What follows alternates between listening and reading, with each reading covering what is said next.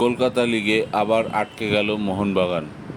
শনিবার দুপুরে বিভূতিভূষণ বন্দ্যোপাধ্যায় স্টেডিয়ামে ব্যারাকপুরের মাঠে রেনবোর সঙ্গে 2-2 গোলে ড্র করে সবুজ মেরুন। অথচ আজ প্রথমার্ধেই দুটো গোল করে লিড নিয়ে নিয়েছিল মোহনবাগান। দুটো গোলই করেন কাশ্মীরি স্ট্রাইকার সুহেল ভাট।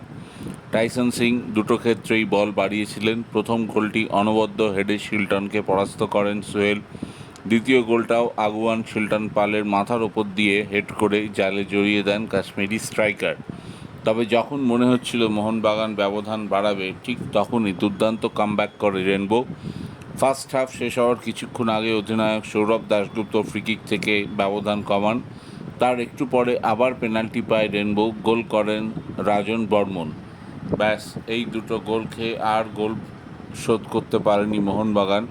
এরপর রেনবো ইকুয়ালি ম্যাচটায় প্রতিদ্বন্দ্বিতা করতে থাকে মোহনবাগানের সঙ্গে। মোহনবাগানের খেলা দেখে পরিষ্কার তারা এখনও দলটা সেট করতে পারেনি। গোয়ানিজ কোচ ডেগি কার্দোজো কী করেছেন সেটা এখনও পরিষ্কার নয়। তবে হয়তো মোহনবাগান তৈরি করে নেবে। খারাপ লাগছে সুহেলের জন্য। অনবদ্য পারফরমেন্স করেও ম্যাচটা তিনি জেতাতে পারেননি দলকে। তবে ফারদিন আলী মোল্লা শেষ দিকে যে সহজ সুযোগ হারিয়েছেন, চোখে না দেখলে বিশ্বাস করা যাবে না। টাইসন আজ অনবদ্য খেলা খেলেছেন। তবে মোহনবাগানকে আটকে দেওয়ার পেছনে প্রাক্তন প্লেয়ার শিল্টন পাল, কিংসুক দেবনাথ, পঙ্কজ মহলা এরা একটা অবদান রেখেছেন।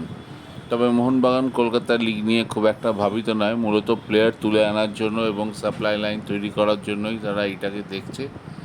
আশা করি আপনাদের খবরটি ভাল লাগলে আমার চ্যানেলকে অবশ্যই লাইক অ্যান্ড সাবস্ক্রাইব করুন। থ্যাংক ইউ, ধন্যবাদ।